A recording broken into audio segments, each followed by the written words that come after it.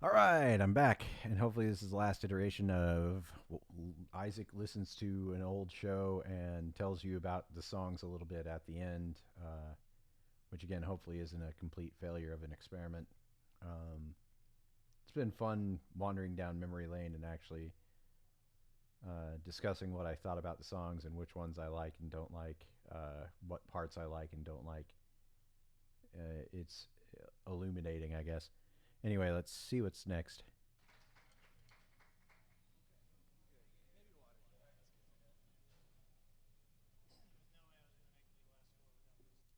One thing I should say is that there are audio parts that I think are below the gate, the noise gate on the audio capture, which I think is turned on.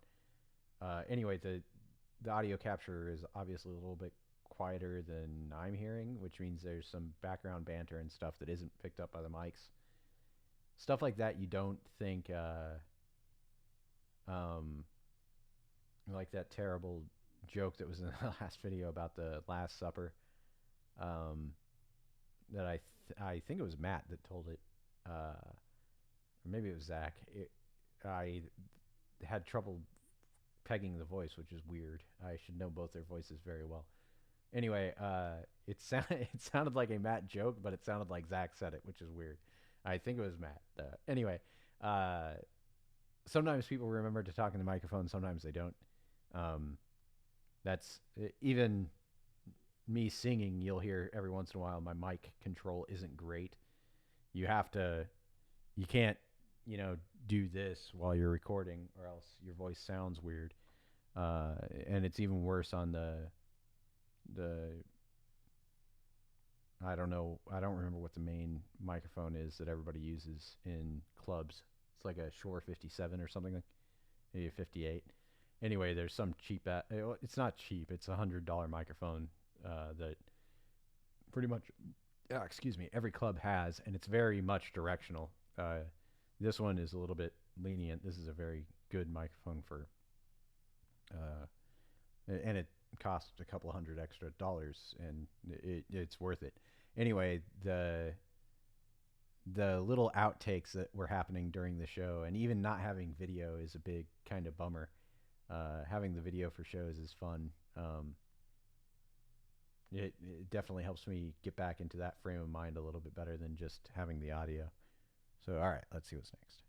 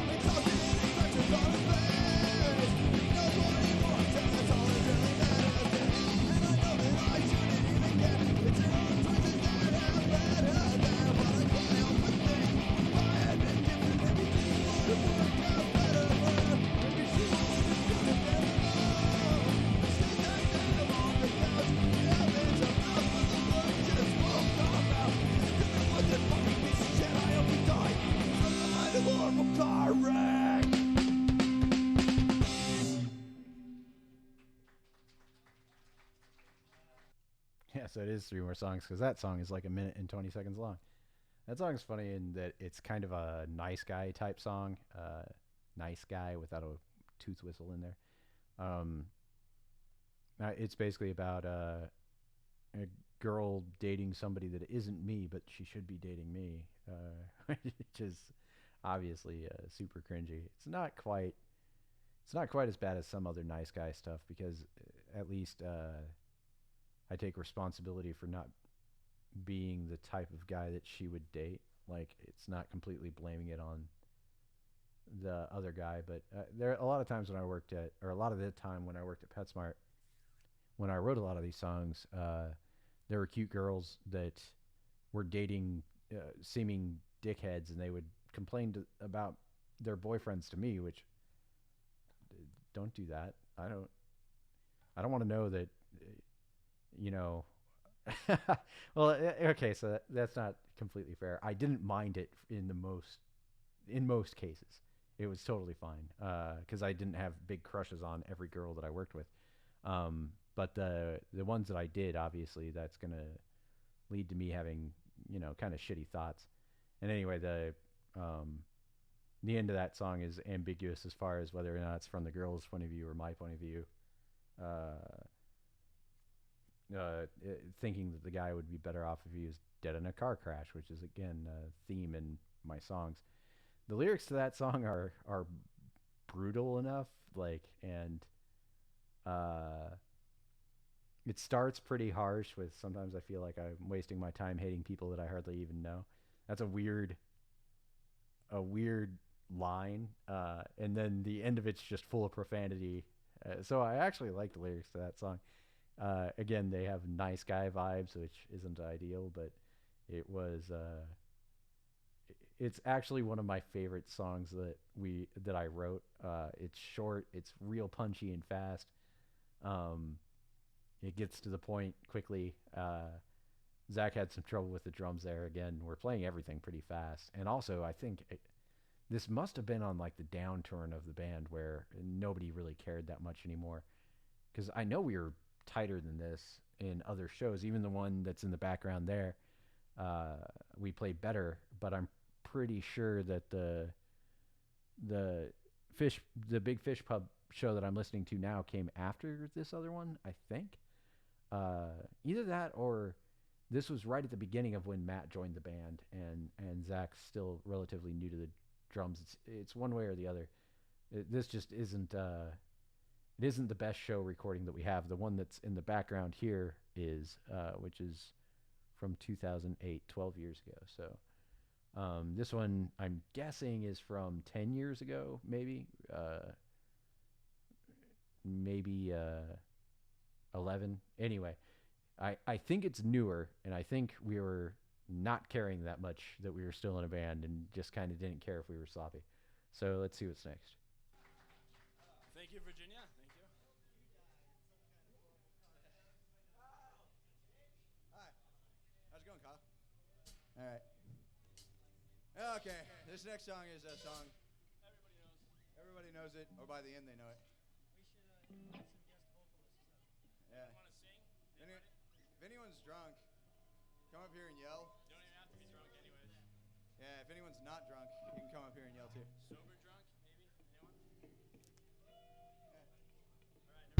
never mind. I'm Henry the Eighth, I am.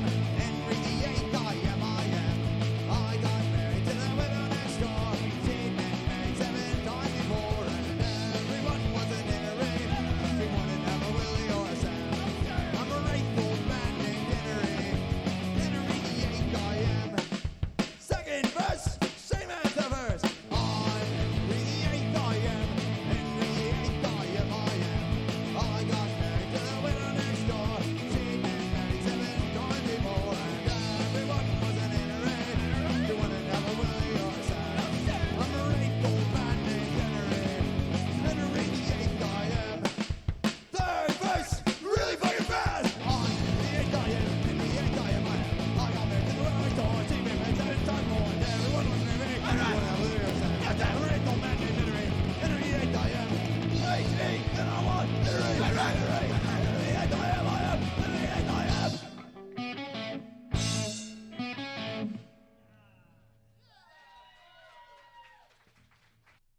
All right, so that's the second cover that we have in there.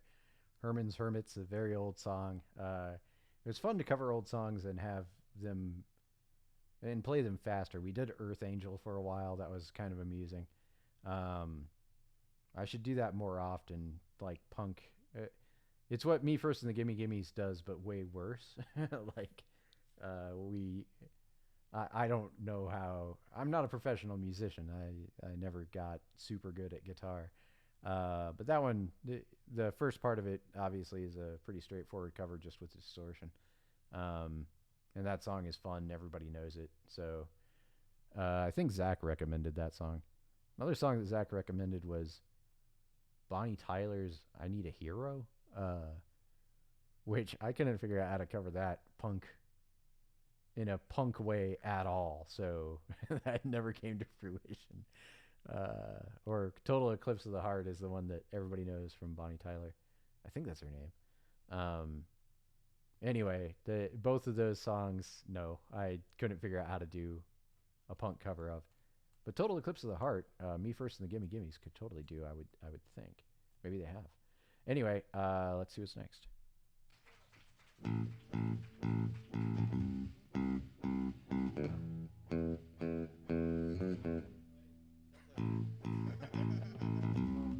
Stop here.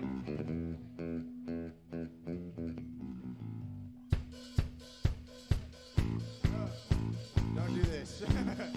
You know this song, you hate it, because it's an awful song. It goes like this. Around the world, around the world, around the world, around the world. We don't actually play that song, except in practice, and I hate it every time. All right, we're gonna play a real song.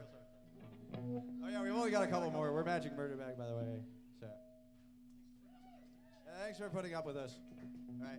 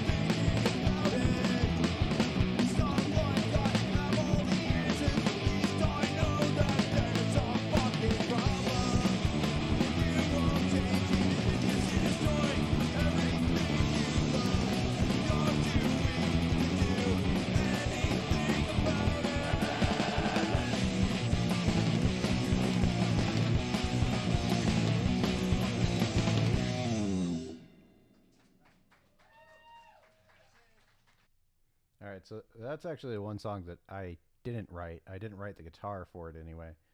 That song came about really weirdly. Zach wrote the main guitar riff, and it was a ripoff of some Pixies song, I believe. The dun dun dun dun dun dun dun part is exactly like an old Pixies song that I don't remember the name of. At least I think it's Pixies. Anyway, the guitar parts Zach came up with, and then we both came up with lyrics one day, and we ended up writing that song in like a couple of days, beyond the chord progression, which I think Zach took a while to come up with. And I actually like the lyrics to that song, but the song itself isn't all that good. It's good that it sounds, I guess, different than a lot of our other stuff. And that it's not just another like D minor song, which basically I realized like Potato with an E and End are in particular, they're like almost the same song at the beginning.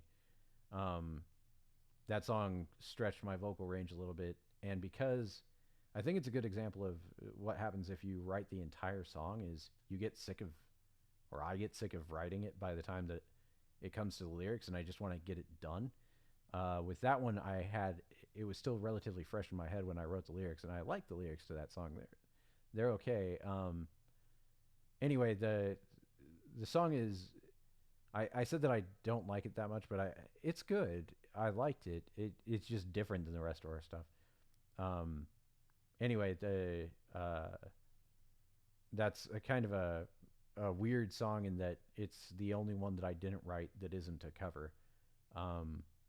Although I did write the vocal line and the lyrics. I just didn't write the guitar part or the drums or any of the other stuff. I guess I should make that clear. I always wrote the bass lines for everything, but I didn't write the drum parts for anything. I always just told whatever drummer we had, play drums to this. I don't know. If it sounds terrible, I'll let you know, but otherwise, that's all I need.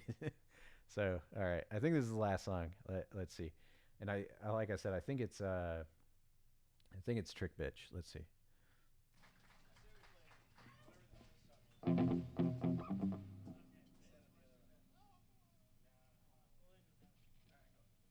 right, here's another old one, and this is our last song. So thanks, everybody. Magic Murder Bag. Stay around for 35 and Great. They are up next. What? Yeah, I'm just one. Yeah. Okay, here we go.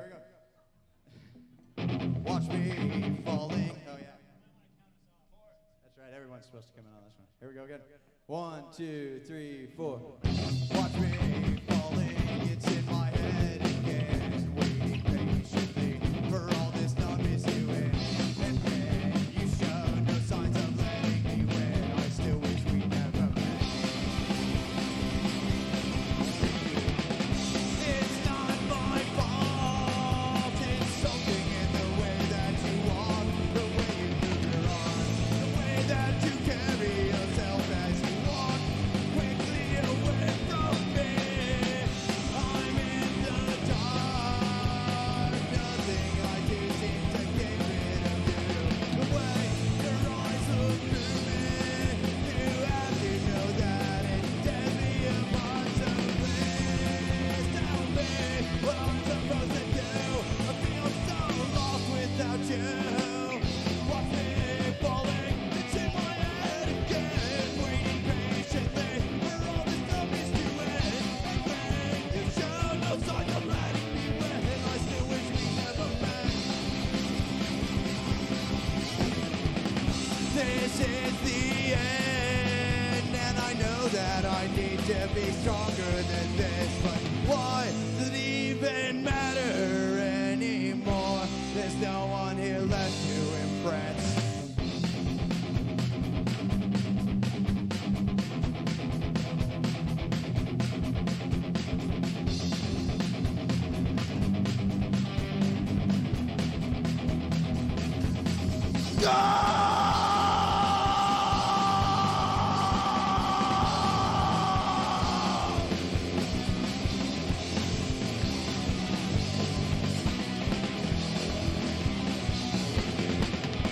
So please tell me what I'm supposed to do.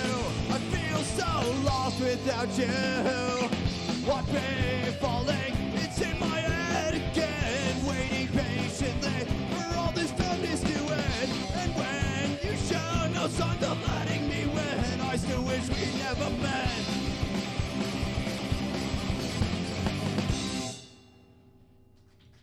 Thanks, everybody.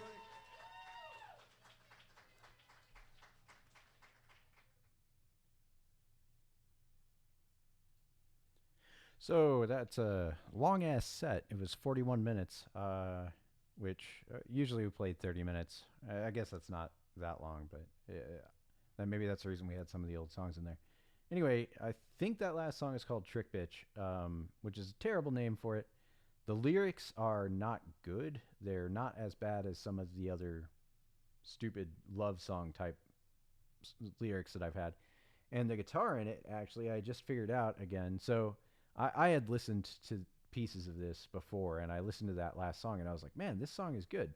It's probably one of the best songs that I wrote, as far as, in my opinion, as far as the guitar part goes. It's not all power chords. It's not all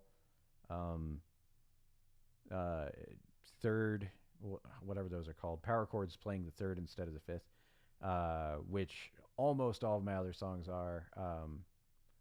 There's some, well, actually, to be fair, there a lot of it is, but it's not always just on the fifth and sixth string. I actually jump up an octave. There's a part in there with sliding octaves that's so hard that I never really got to where I could play it correctly. It's just on the edge of my ability to play. Every once in a while I'd hit it clean, but not very often.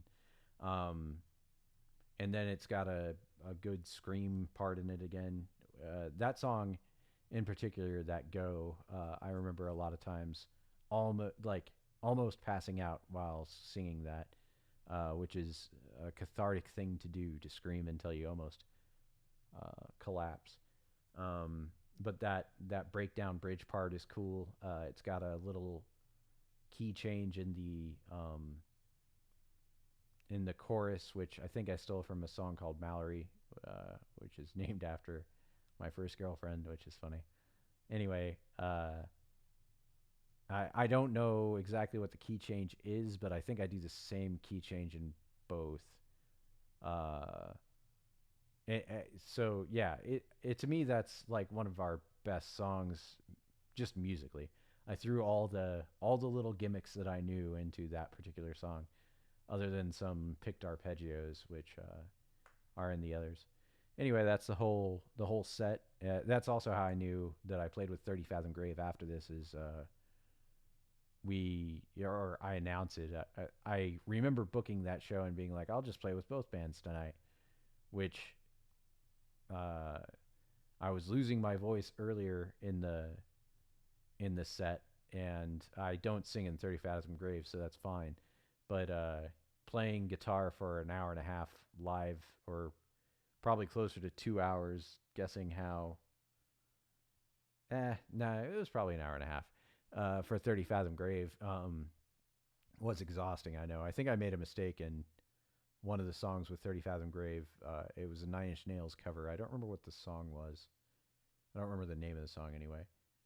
But it starts with dun dun dun dun dun dun dun dun or something like that. Anyway, it's very easy to play on the guitar, and I think I hit a wrong note in there. Because David was trying to clean it up, and he's like, "Dude, did you hit that wrong note?" And I was like, "I don't know how that. I don't remember hitting a wrong note, which normally I do, but man, that show was loose, so I don't think I was playing my best that night. I don't know why. Either way, it's fun to listen to old shows every once in a while. Super embarrassing at parts, but other parts are cool.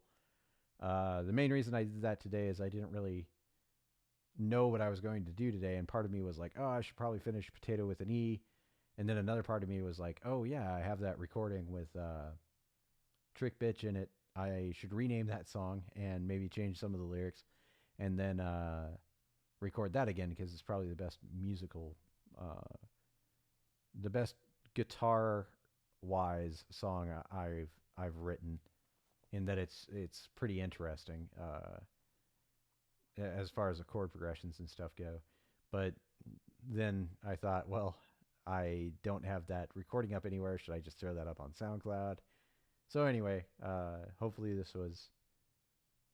someday either I'll watch this or Layden will watch this. Somebody maybe will be interested in actually watching this, and some of the insight will be interesting. I'm sure there's other stories and things that I can think of with the band that maybe I will try to write down and tell scripted stories of some sort. I know that vlog type entries on YouTube have, well, they'll never make you famous. I know that, unless you're uh, like a Tim Pool type, maybe. But he rehearses what he's going to say to some extent before he goes out there. Otherwise, you absolutely need to edit and script your videos to get people to watch them to some extent. There can be a mix of scripted portions and not scripted portions. But I have no real interest in becoming a famous YouTuber. I just am throwing up stuff on YouTube because it's an interesting way to keep track of where I am during my life. Again, I might actually put up something that has additional thoughts on where I am in life and what I want to do next that doesn't really fit in this. One thing I will say is listening to these old band recordings, I think sometimes like, oh man, I should totally get into a band again and play with, any band really. But then I remember how much of a pain in the ass it is to be in a band, and I have very little interest very quickly. The amount of work that it is, especially playing live, practicing with a band would probably be fun. Singing and playing guitar is fun in a band. You get an energy unlike anything else. And even playing live can be fun, but man, it's a lot of work. You go there and it's 4 hours of packing and stress, and then actually playing the show for 30 minutes, and then going back and unpacking, and then driving home. 3 or 4 hours of garbage to make no money usually, get a couple of drink tokens, and your friends stop coming and seeing you eventually, unless you do like one show a year. It just it's not worth it unless you're doing it specifically to do something hard, or you're actually willing to put in the time to canvas places. I guess canvas is the right word, to advertise your show and try to get people that you don't know into the show, to try to build your band. I didn't do any of that. I wasn't that interested in becoming famous. I did it mostly because it was hard and it scared me, I guess. So I thought, oh man, I feel better about myself when I actually accomplish this thing that's very difficult to do. Um, so I will do it. That's kind of one of the reasons I think I'm doing this, YouTube recording stuff. It's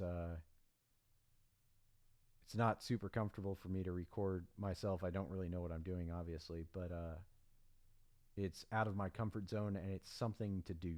So anyway, hopefully, again, somebody ends up watching this. Even if not, I had a decent time putting it together. It was a neat way to frame the listening of the show. Otherwise, I just would have been sitting here going, click, click, click, probably clicking through the embarrassing songs, and thinking a lot of the stuff that I said out loud, just to myself, which I guess that's fine. But anyway, that's it for now. Goodbye, everybody.